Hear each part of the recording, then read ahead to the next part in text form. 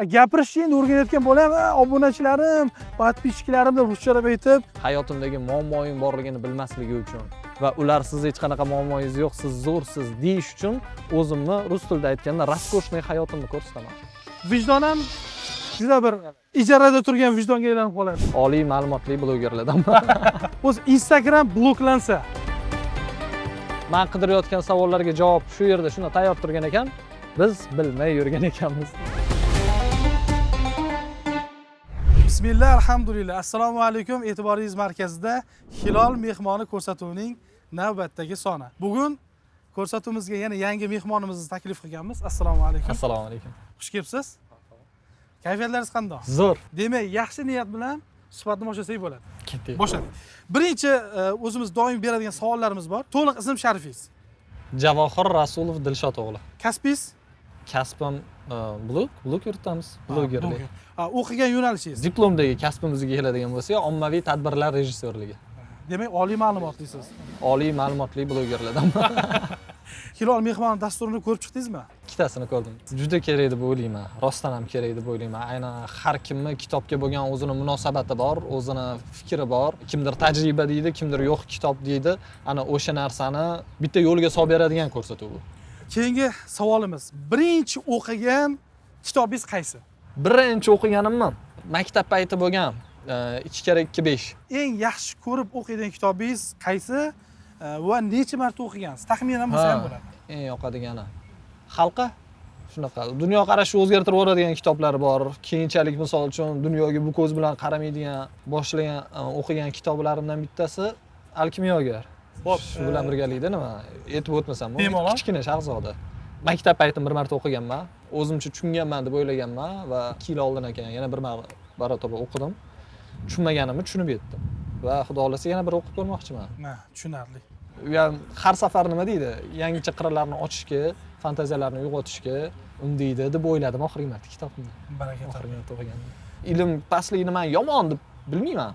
Kam kitob o'qiganlikni yomon deb bilmayman. Lekin mana shu narsani oshirib bormaslikka yomon deb bilaman. Harakat qilmayotganingdan xijolat bo'l.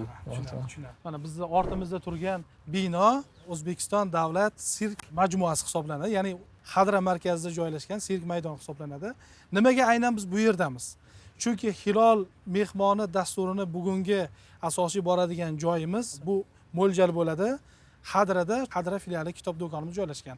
Shuning uchun aynan biz hozir shu yerdan yurishni boshlaymiz. To'g'rimizda Istiqlol san'at saroyida, hozir Xalqlar do'stligi san'at saroyi deyiladi.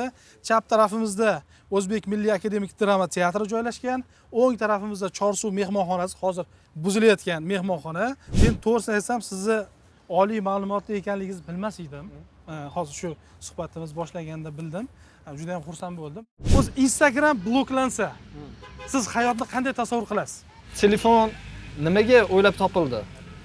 Uzoqdagi masofadagi insondan ko'proq xabar olish uchun, uni ovozini eshitish uchun. Hozirgi paytga kelib sezdingizmi? Bu yaqinlashgandan ko'ra uzoqlashish paydo bo'ldi. Yaxshilik uchun o'ylab topilgan narsa yomon tarafga ham ishlashni boshladi deb o'yladim. Ijtimoiy tarmoqlarni yo'q bo'lishi, xususan Instagramni o'ziga oladigan bo'lsak, odamlar yengil dopaminga o'rganib qolishdi hozir. Ya'ni ijtimoiy tarmoqlar TikTok, Instagramda har xil videolar ko'rib, yengil dopamin iste'mol qilishga o'rganib qoldi. Agar bu narsadan voz kechilsa yoki televideniyega qaytadi. Agar televideniyadan voz kechilsa, Hilol nashr kelib kitob xarid qiladi. Chunki dopamin insonga baribir kerak. Har kuni ham qanaqadir muvaffaqiyatga erishmaysiz. Har kuni miyaga yangi ma'lumot kerak va bu ma'lumot agar birdaniga qisqarsa, birinchi o'rinda hammada birdaniga depressiya boshlanadi deb o'ylayman. Chunki ranglar kamayadi, ma'lumotlar kamayadi, yangicha tuyg'ularni his qilish imkoniyatlari kamayadi. Ularni yana his qilish uchun bizga kitob yordam beradi. Albatta. Biz ijtimoiy tarmoqlar bloklanishidan tarafdori emasmiz, lekin har bir narsadan o'zini o'rnida foydalanishni tarafdorimiz. Sizlar qanday fikrdasiz? Agar Instagram bloklanadigan bo'lsa, hayot qanaqa bo'ladi? Albatta izohlarda buni yozib qoldiring. Biz uchun bu muhim. Blogerlik vasvasasi. Kichkina bola ham gapirishni endi o'rganayotgan bola ham obunachilarim, podpischikalarim deb ruschalab aytib, hamma bloger bo'lishni xohlaydi. O'zi blogerlik vasvasasi nima va qanday baholaysiz siz? Blogerlik vasvasasi negizida baribir mashhurlik yotadi. Mashhur bo'lsam, hamma eshiklar menga ochiladi. Mashhur bo'lsam, oldinda ko'p pulim bo'ladi deb o'ylashadi, lekin hozirgi paytga kelib bunaqa emas. Hayotimdagi muammoyim borligini bilmasligi uchun va ular siz hech qanaqa muammoyingiz yo'q, siz zo'rsiz deyish uchun o'zimni rus tilida aytganda raskoshniy hayotimni ko'rsataman. Hech bo'lmasa o'zimni o'zim aldayman. Menga qaysidir qimmat restorandagi qimmat kofeni ingrediyenti, undagi tarkibi, uni ta'mi, uni ta'mida qaysi notalar borligi muhim emas. Uni narxi va obunachilarimga ko'rsatayotganim muhim. Va buni tomoshabinlarga ham qattiq bir salbiy tomoni juda ham ko'p. O'zini hayotidan bo'lgan noshukrlik paydo bo'ladi, dezmotivatsiya uyg'onadi. Dezmotivatsiyasi bor odam bundan ko'payavergan sari surunkali bo'lgandan keyin stress, depressiyaga duchor bo'lish ehtimoli juda katta. Siz tomoshabinsiz, men ishlab chiqaruvchiman. Sizga sizning manfaatingizni ko'zlab nimadir bersam, muammo yo'q. Va bu berayotgan narsamda rostdan haqiqat bo'lsa, hech qanaqa muammo yo'q. Azizlar, biz bloger bo'lmang degan fikrni bermoqchi emasmiz. Bizning fikrimiz shundan iboratki, sizni blog yuritishingiz ilmga va haqiqatga tayansin. Ya'ni siz aynan o'zingizda mahoratingiz bo'lmasa ham chiqib rol o'ynashingiz, bir narsalarni yo'q narsalarni trend deb ko'rsatish shart emas. Siz o'zingiz kasbingizni egallang, uni ilmini oling, unga amal qiling va o'shandagi foydalarni o'sha o'zingiz blogingizdan tomoshabinlarga berishga harakat qiling. Siz katta foyda olasiz har jihatdan. Shunaqa. Aksini qiladigan bo'lsangiz, ma'lum bir muddat yurishi mumkin. Keyin o'zingizni ham o'zingiz qiynaysiz, jamiyatni ham qiynaysiz. Vijdon ham juda bir ijarada turgan vijdonga aylanib qoladi. Johir, keyingi yana bir savolimiz bor. Kitob o'qiydigan blogerlarni, ijtimoiy tarmoqdagi faol insonlarni nechtasini sanab bera olasiz? O'zingiz biladigan.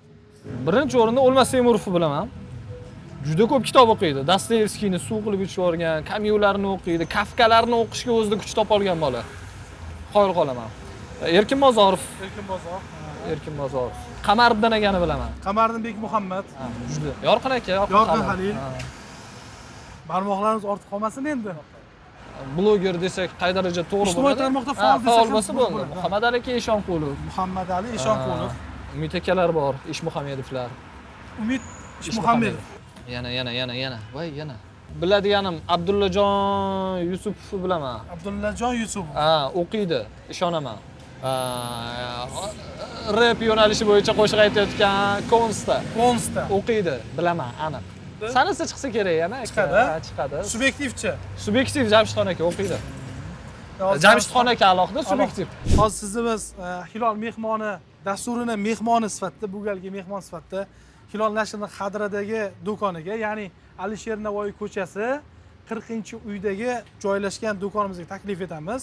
U yerda ichkarida sizni mutaxassisimiz kutib turibdi, Bunyodbek Po'latov. Bu do'konda qanday kitoblar bor, qanday yo'nalishda kitoblar bor, narx-navolari, sizni qiziqtirgan savollaringiz barchasiga javob beradilar. Savol berishingiz mumkin bemalol.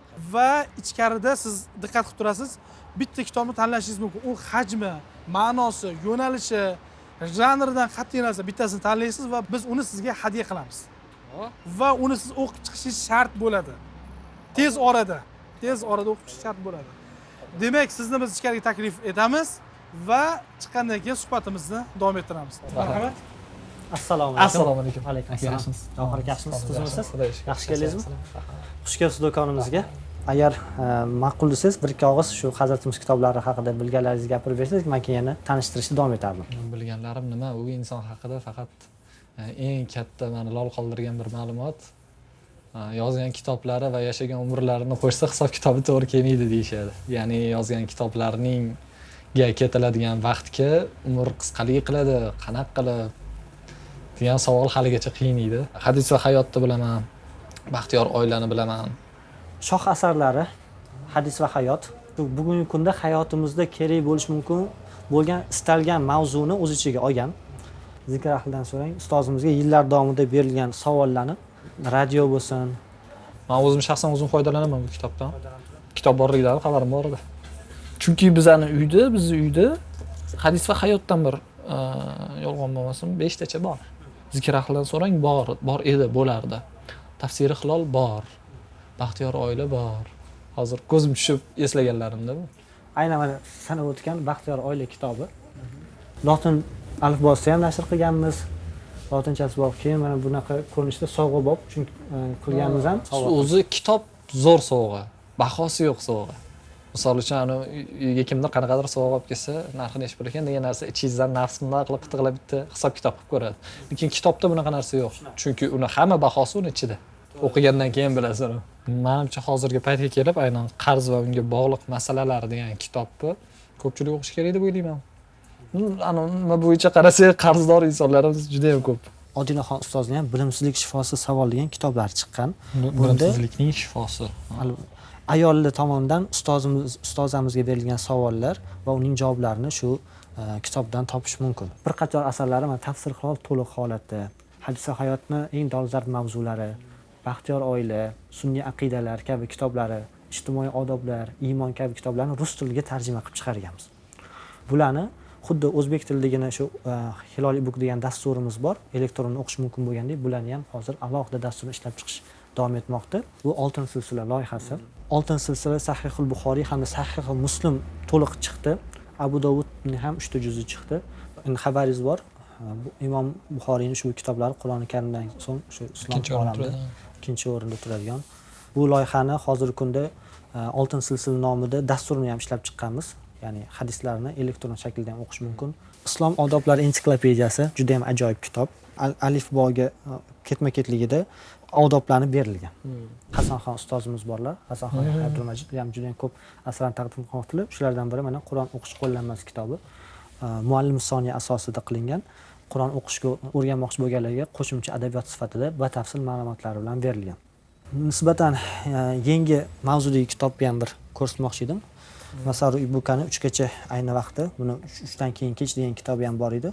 Bu kitob ham Hilol nashrida chop etilgan. Farzand tarbiyasiga oid juda ham kerakli, o'rinli mavzulardan o'rin olgan.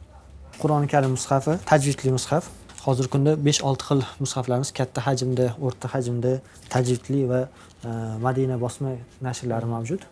Xo'p, Javohir, kayfiyatlar qanday endi? Zo'r. Kitobni shunchaki muqovasini, mavzusini, nomlarini hammasini o'qib chiqyapman-da. Qaysidir kitob o'qisam, voy menda ham shunaqa muammo bor edi, esingdami deb ichimda bitta og'riq. Yana boshqa kitob o'qiyapman, ishxonada ham bitta muammo bor edi, Sanbop ekan deyapti. Borgan sari nima deydi, ko'p o'zimga o'zim aytaman aynan shu gapni.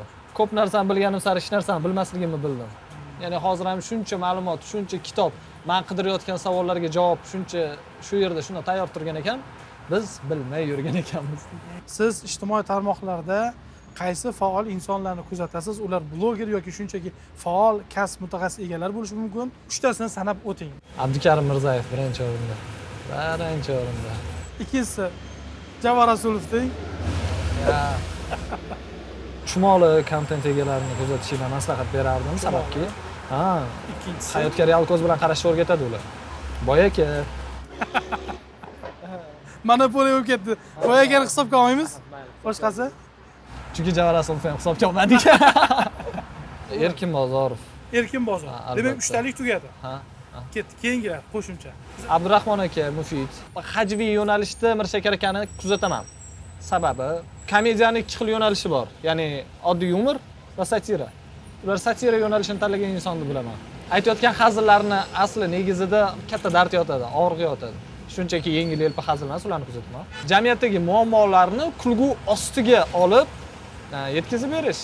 Bu narsa qanchalik kulguli bo'lsa, shunchalik og'riqli, shunchalik yuki og'ir, muammosi kattaligi bilinadi. Satira asosan negizi shu. Agar uni bo'laklaydigan bo'lsa, janrlarga qo'yadigan bo'lsa, juda ham cho'zilib ketadi.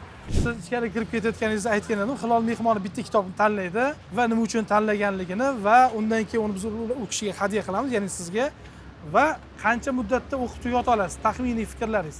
Qaysi kitob tanlaysiz avvalo? Navoiydan Chu topqaylar Navoiy. Aha. Bu haqida ma'lumotda ham olib o'tdim. Navoiyni asli qanday tushunish kerakligi haqida, u aslida bu asarlari bilan nima demoqchiligi haqida tahriri bor ekan. Sizga bu yo'lda omad tilaymiz. Qancha paytda o'qib chiqishni niyat qildingiz? 2 oy olavering. Demak, 2 oyda himmatni baland qildilar.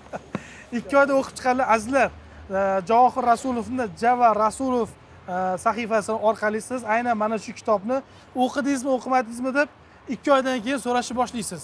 Xo'p, undan tashqari Hilol nashr tarafidan sizga bir necha kitoblarni hadya sifatida. Undan keyingi kitobimiz mana Abdulloh Qosim Sog'inch maktubi. Sog'inch maktubi. Bu ham sizga hadya. Keyingi kitobimizni o'qib berasiz. Uchgacha ayni vaqti. Ayni vaqtida bu kitob ham. Mana bu kitobimiz ham juda ham bir muhim kitob. Aynan sizning faoliyatingizda juda ham muhim hisoblanadi. Men bu uchun alohida rahmat ekan.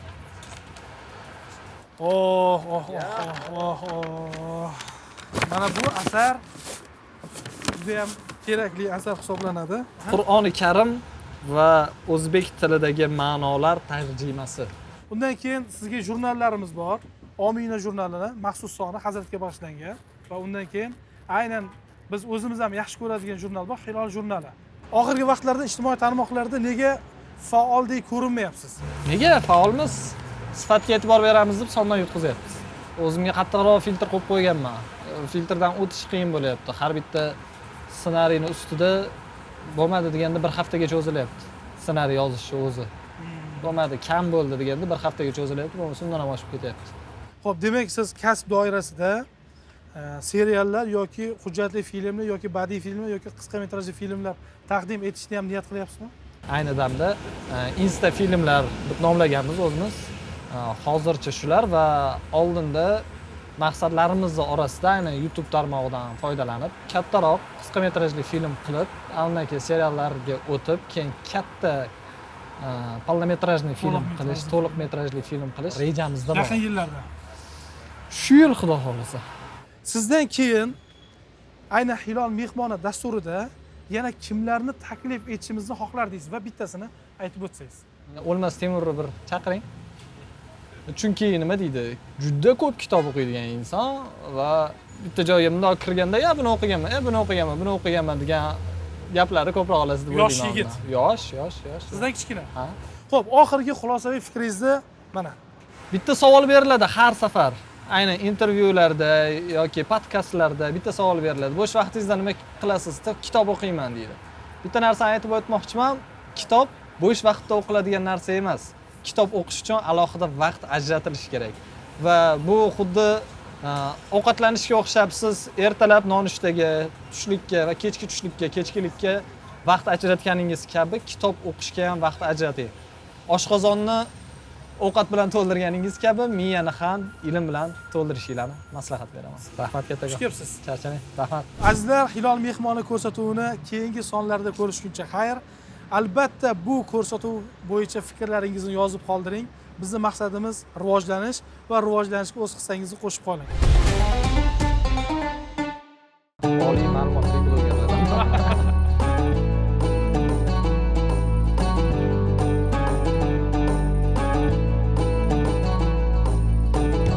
Bo'yicha qarasangiz qarzdorlik bir qancha narsalar.